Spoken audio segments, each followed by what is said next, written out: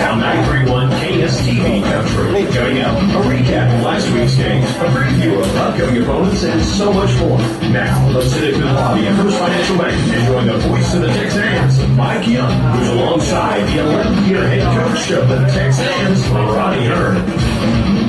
And welcome to the Ronnie Hearne Show here at the First Financial Bank lobby here at Stephenville on the Loop. And I just hate these kind of shows. This is the last one this year. It's the last one, Mike, and got another great crowd here tonight. And just want to start out by thanking First Financial, KSTV, Papa John's for. Thank you, Ron, for having us here. Ron Mullins. Yes, thank you very much. Definitely.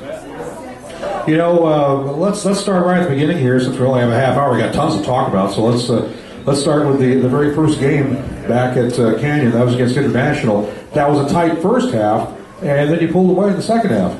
It was 28-27 halftime. We had a 1-point lead, and second half we outscored them 42-28. So, you know, Texas International definitely had a talented team. They'd won the regular season in the Hearne Conference, and you know, anytime you can go through the regular season, double round robin, win the conference, you've got a pretty tough team. So, you know, I was proud of my team. I thought we had a good game plan. I thought we stuck to our game plan, and you know, when you can go in at halftime with a 1-point lead and come out, outscore your opponents by 14 in the second half, you've done some good things. So very proud of our team. We shot the ball really well, nearly 45% from the field, 50% from the three-point line, 87.5% from the free throw line. Yay! So that was quite an improvement. Kiera was 4 for 4. You know, we were 14 for 16, and you know, Brianna was 2 for 5 from the three-point line. Kathy was 1 for 1. Megan Odell was 3 for 4. You know, Megan really came on strong at the end of the season. Yes, she did. And really gave our team a lift and did a really good job as a starter. Kiera had 10 rebounds. Shanae had 9. Shanae blocked 3 shots. Brianna had 5 assists. Kathy had 3. Kiera had 5 assists that game. So, you know, just a good game. Our bench played well. I know Raven didn't shoot the ball well, but she played a good floor game, played good defense. Tori came in, scored some points. Carly, Ipaku, you know, it's just a team effort. And, you know, again, to get started off on the right foot at the regional tournament was really important. What was the key in that second half? Because, yeah, it was a tight first half, but what was it that separated you from International? Well, that seemed like weeks and weeks ago. I know. As we played that game, you know, I can't really recall exactly what the difference was in the second half. I want to say it was defense. I know Brianna Bledsoe, defense. I think you're right there. Brianna Bledsoe did a tremendous job on number 24, Samantha Chacon. She ended up 1 for 15 from the field, and I know we were really concerned about her before the game started. Watched a lot of video on her. And, you know, when you can hold a player like that, you know, you can cause her to miss 14 shots and only make 1. You've done a tremendous job. So, you know, Brianna had a great offensive game and also a great defensive game on Chacon. You know, Brianna is one of those rare people that you find who's willing to go inside and do the dirty work. She takes the charges. She goes and gets the rebounds when Kiera is double or triple teamed. She does the things that a lot of people don't like doing. She really does. She's a great rebounder for a 2-guard or a 3-guard, whatever you want to call her. You know, about 5'7", tremendous rebounder. Just gives 100% in every phase of the game, whether it's defense, rebounding. You know, she shares some of the ball handling responsibilities. She'll take a charge. She'll get on the floor for a loose ball. So she's a complete player for sure. Is there any way that we can get a lawyer who could figure out if we can get another extra year for these 3 seniors? Well, you know, anybody smart enough? There's a lot of lawyers in this town, so maybe one of them be smart enough to do that. That's true too. So that was a big win against International, and next was Colorado Mesa, and they were all they said they were going to be. They played great defense. They moved the ball around just like lightning. Their point guard had 7 steals on her own, and it was just it was tough. We fell behind early, and we couldn't get back up over the hill. Never could. It just seemed like we could never get any momentum. And we talked about the international game. You know, the second half, probably the difference was our defense. And I think Mesa is probably one of the best defensive teams for sure that we played this year. I thought they played this great help defense. They collapsed on the post really well. They were a physical team, a tremendous defensive team for sure, and we really struggled offensively. So we didn't play bad defense against them. No, it wasn't that bad. Yeah. Pretty low scoring the first half, I think. You know, it was 36-23, and then they outscored us 30-21 the second half. But you know, they shot 45% from the field, which is not really what you want. But we did a good job because we knew they had a lot of good three-point shooters. And they were only 3 for 12 from the three-point line. They were good free throw shooters. You know, they shot 22 and we shot 20. Both made a respectable percentage. And but number 15, the Seltzer girl, a tremendous player, a little point guard, Lopez, definitely a great player. And of course, the post player, I'm not sure how you say her name. Don't try, it's postseason. But Aubrey's her first name. And a really good low post player. And I just thought they had, you know, good balance inside out, great defensive team, and they really ran their offense well. So they were really hard to defend. The most amazing thing I noticed about Sharia Seltzer, who was averaging 23 points a game coming in for a guard, was that she just played every minute. She was like the Cal Ripken of guards out there. Out of a possible 1,200 minutes coming into the game she played against us, she had played 1,099 minutes.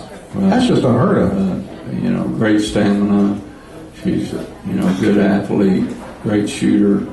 You know, the total package, and it seemed like she was never standing in one spot. She was always moving. How do we find out about stuff like that? What she does? I don't know. Let's put her in contact with Rod Cole. Maybe so. This is the Ronnie Hearne Show. It's coming to you live from First Financial Bank in Stephenville. Papa John's Pizza's in the house, so come on down and have some lunch with us. We'll continue right after this.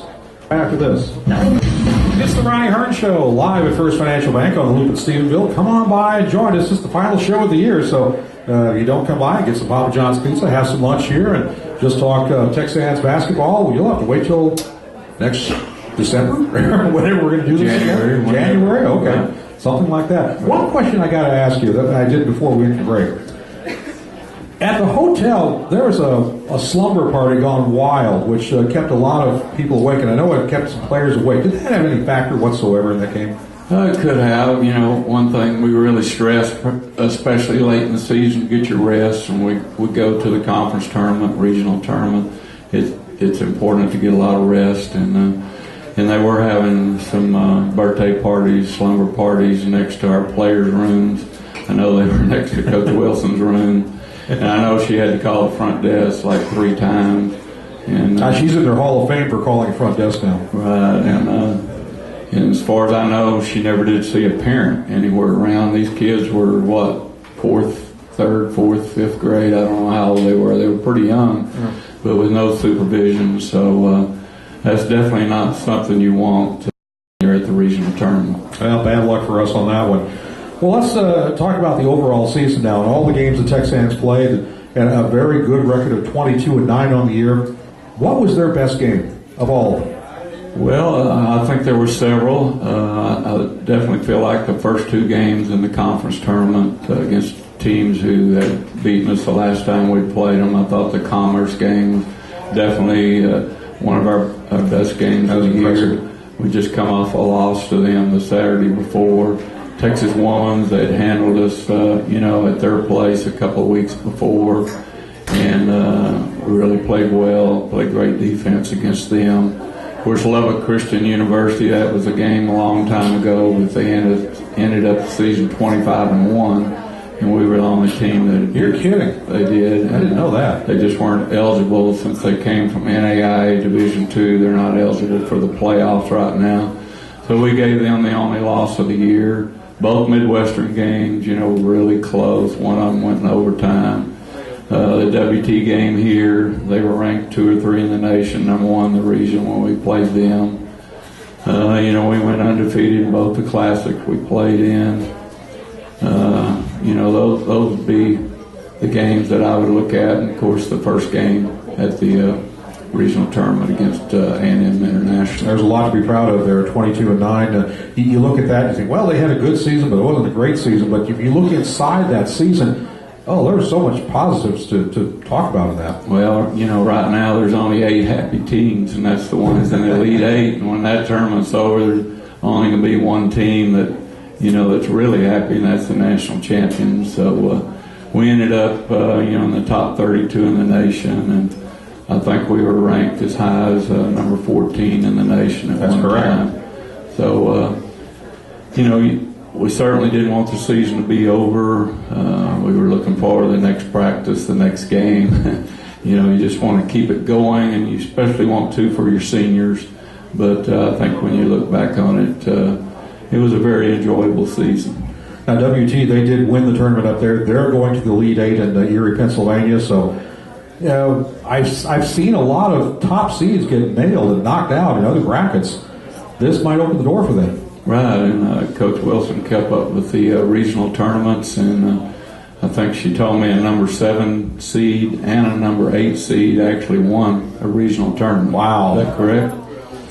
So anything can happen for sure. Wow, no kidding. Well, we'll see what happens. Good luck to WT. I mean, that'd be nice to know. If we can't win the national championship, and they do, we handed them one of their losses. Well, they definitely look good for our conference. Absolutely. Somebody from the Lone Star Conference, because we're always touting the Lone Star Conference and how strong it is, and so now we have a team in the Elite 8. So, and they definitely got the team, I feel, to win the national championship. That's too bad we couldn't get another shot at them in Canada. That was our goal after the conference tournament, was to be able to play them again in the regional finals, and of course it didn't happen. And we feel like we match up pretty good against them because we're probably more similar to them than we were Mesa as far as the inside game and the outside game that both teams have. All right, so we've talked about the great games. What are the ones you want to forget? Well, how many did we lose? That's the one. We lost 9, so there's not that many to pick from. I want to forget every one of those. Some of them that definitely I feel like we should have won, even though they had, I feel like, a very talented team with the 2 games against Cameron. That's the 2 games. Yes. Especially the one at Cameron, the one I feel like we definitely should have won. So, you look back at some of those losses we had, and we got down early. It didn't seem like we were ready to play, and then we came on real strong at the end. So I definitely feel like one thing you can say about this team is they never gave in to anybody, never gave up. I thought in the Mesa game, I know late in the game, I think there was only a minute or 2 left, and Kara Wright was diving on the floor for a loose ball, and you just got to give our team credit for just playing hard all the time. Something I think you really have to give the Texans credit for is that after a loss, it didn't happen with Cameron, but it happened with everybody else. The Texans tended to be very quick thinkers and quick learners as far as what happened the game before when they did have a loss hung on them. Right. It affects people my age a lot more than it does if you're 18 or 19. I know I take them a lot harder maybe than our players do, which is probably good. When you're 18 or 19, 20 years old, you can bounce back a lot quicker, and our team always did that. 3 times I saw it. Played West Texas, got hammered up there, beat them down here at Wisdom Gym. Went to A&M Commerce, lost there, beat them in the Lone Star Conference Tournament. Same thing for Texas Women's University. 3 different times I saw it where they learned and learned well. They did. And, they came to practice every day, and this semester a lot of times it was 7:30 in the morning or 8 o'clock in the morning. And I just felt like they came to practice ready to have a great practice and to get better.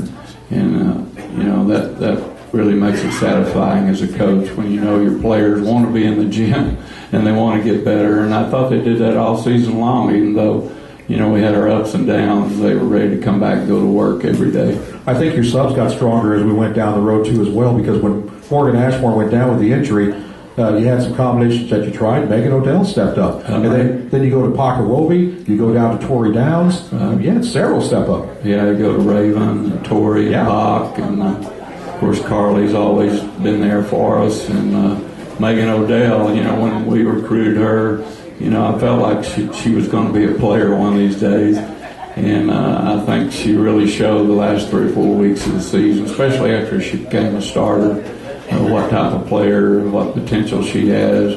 She's tall for a guard. She's about 5'11". I know she worked really hard for Coach Cole, and she stayed here all summer, last summer, and she's improved her shot, her ball handling, her defense, and she should really have a breakout year next year as a junior. I was going to say, I thought her defense improved with every game. It did, and she's got really good stamina. When we condition run sprints, she's always ahead of the pack, and she works hard all the time. She's a gym rat. She loves to be in the gym, work on her own game by herself. And then, of course, Raven really played well this year. She came on strong at the end of her freshman year, and she really gave our team a lift this year. And one thing about Raven, she's going to continue to work hard. She's another girl who likes to get in the gym and work on her game, and she's really going to, be a player for us and a leader. Raven's got those leadership qualities.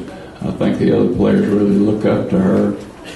And then Carly Moore, with the graduation of Shanae and Kiera, Carly's going to be the one that's going to have to really, come through and have a great senior year next year. And she's one that works hard year round. And I think you're going to see some really good things out of Carly next year, because she's kind of been in the shadow the last couple of years, Kiera and Shanae. And then Ipaku, that's another player. She gets in a game, as a freshman, and I know early in the year she got in some big games. I think a big conference game against Texas Women's at our place, and you can see a little bit of fear in her eyes. It's kind of maybe a little too big of a stage for her, but here late in the season, no fear. She got out there and played a great game, gets to WT in the finals of the conference tournament, and she's another player that's really improved this year, and she should have a great year next year. And then Trevante, Trevante is really a character. She brings a lot of personality to our team, and she can get her knees healthy. She has problems with both knees.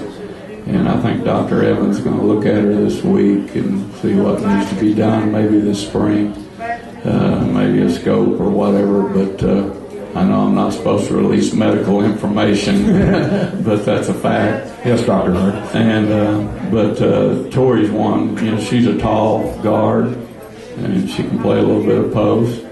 But I think she's more comfortable at the guard position. But she's 5'10" or 5'11", athletic, and gets out there and plays with no fear, just like Ipaku. So Tori is going to be another one that's really going to be a factor for our team next year. And then we'll have Morgan Ashmore back.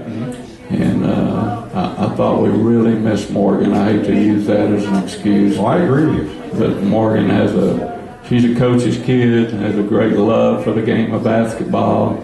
A great distributor, a creator. Out on the court as a point guard, sees the floor really well, and I think from what she told me, she went to her doctor this week, and she'll be able to start spring practice with us, on a limited basis. She might have to wear a knee brace, so she'll be ready to play when it comes next September when the fall practices start for sure. Good news all the way around. And Kathy Thomas. Oh, yeah. Newcomer of the year in the conference. And she's had some injury problems. I think she's done a great job playing through those injuries. She's had a little bit of problem with her knee and her foot this year, and she played through those, and a lot of players have to do that, on a college athletic team. everybody's not going to be perfectly healthy all the time. They're going to have these little nagging injuries. And Kathy did a good job of that, but she's a lot more comfortable at the two-guard position.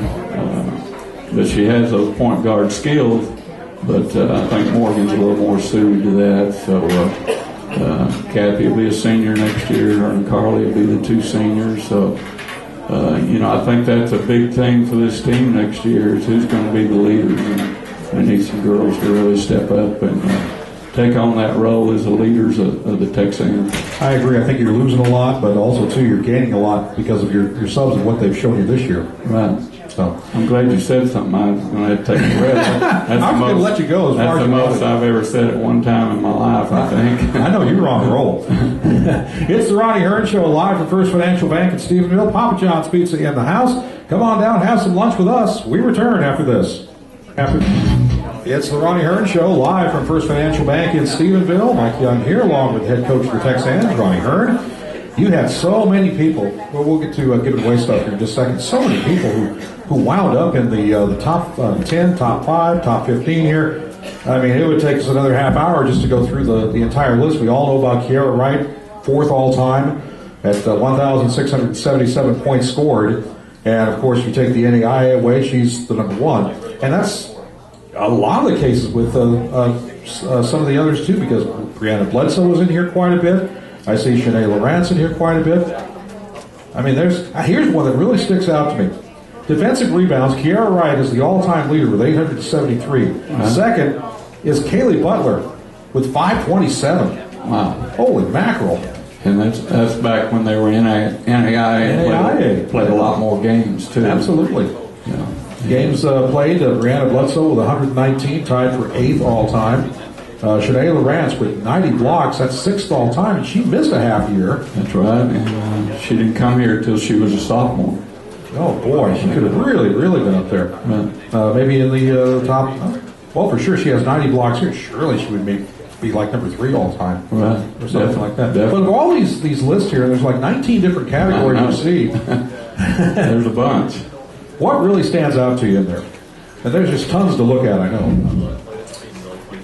Well, I think the free throws attempted, Kiara Wright had the most free throws ever attempted at Tarleton State. I think that's pretty amazing. And Shelby Adamson was 2nd, and Misty Garvin Wilson was 3rd. So I've been associated with all 3 of those players. And then I think free throws made, Kiara was 2nd free throws made in her career, and Shelby Adamson was 1st. Free throw percentage, I think Brianna was really high in the free throw percentage.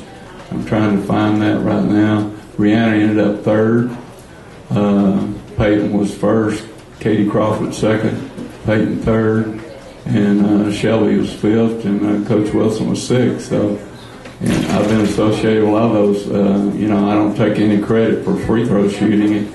I shot a lot at Abilene Christian, and I made a few, but most of the time we let our better free throw shooters coach the other players that struggle with their free throws. So there's just so much on that list. It's hard to pick out one, really. Oh, we'd be talking forever, that's for sure. Let's give a couple things away here before we have to wrap it up. All right. Who gets what? The first winner, Melinda Lawler. Melinda Lawler. All right. And Melinda gets a Tarleton T-shirt. All right. And then Fresh Purple. Our other winner is Sam Winters. Sam Winters is the winner. All right. All right. I think that might be the second time he's won something. Well, if you come down here all the time, you're going to. That's right. Yeah, so that's the whole idea of the deal right there. Right. Wow. How would you like to wrap this up? Well, I'd just like to have some thank yous for certain people that had a lot to do with our success this year. And of course, start with Coach Wilson, Coach Dacus, that did a tremendous job in every way. And, our players, of course, our captains, our 3 seniors, Brianna, Kiera, and Shanae, our managers, our trainers, Coach Cole does a tremendous job with our players. There's not anybody better than Coach Cole as far as strength and conditioning. Mike Young, Nathan Burrell, The gruesome twosome. getting the word out on the Texans, and tremendous job that y'all did this year. Of course, Terry and Susan and Kathy, all the folks in the athletic department, Susan Burton, Coach Reisman. The Texan Club has a lot to do with the success of the Tarleton athletic department, and we have so many people that have been generous giving money to the athletic program, and specifically to the Texan basketball program. And the cheers, stars, foul play. There's not a better basketball band in the country than foul play, and just all the great fans that support us. I looked at the stats a couple of days ago, and we led the Lone Star Conference in home attendance. We had a total of 24,500 people that came to our games this year. That says a lot. And the next one was Midwestern. I think they had 17,000, and WT was right behind them. So to have that kind of support and to be able to play games in Wisdom Gym is pretty special. Well, if I could add one more to it, I'm very proud to be the voice of the Texans, and I got to give you a lot of credit, and Misty and Coach Dacus and the players too, because they make my job so easy. It is so much easier to have something positive to talk about. You see great plays from Brianna diving on the floor, Kiara with a rebound, with an offensive rebound, a three put up by somebody, from Morgan Ashmore when she was playing. There's just so many different ways you could go with this. It was almost impossible to fail. Well, great. I appreciate that, Mike. We're proud of this team, and proud of what they do as far as representing Tarleton State University on and off the court. And you know what? We had a pickup game. I'm probably going to try to broadcast that. We might have one. Well, tell me about it then. I might play in that one. Uh-oh. That could be trouble. Well, anyway, we'll do this again next year. We start in November again. And let's see where we go with that one. Okay. Thank you, Mike. Thank you, Ronnie. This has been the Coach Ronnie Hearne Show, live from First Financial Bank in Stephenville. We will do this show again next January. The season starts once again in November. And we thank you for everybody who listened to us this year, everybody who got behind us, sponsored us, and everything. We love you all. God bless you. We'll see you next year.